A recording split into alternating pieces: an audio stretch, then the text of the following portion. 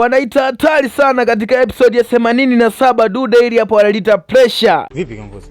Mbona unashangaa umeambiwa nini? Episode ya 87 ilikuwa nzuri sana, kila mtu ameipenda, lakini wengi kuna makosa makubwa sana yametokea katika episode hii hapa hii na wengi hamkuyaona. Leo tuko banda la movies, tunaenda kuipitia hii na kuangalia makosa ambayo yalikuwa yamejitokeza katika episode hii hapa hii.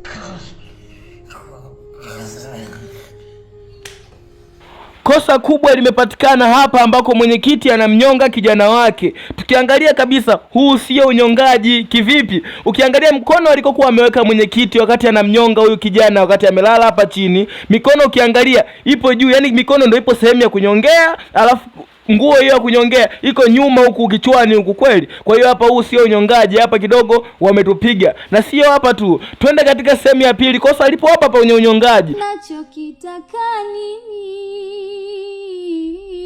Kosa la pili, nimeangalia muda ambao huyu mwenyekiti anaanza kumnyonga huyu kijana. Ukihesabu hazifiki hata sekunde 30, afu huyu kijana tayari akawa ameshakufa. Tunavyojua pumzi ya mtu kufa ni zaidi hadi ya dakika 3, lakini huyu sekunde 30 anasema amekufa. No.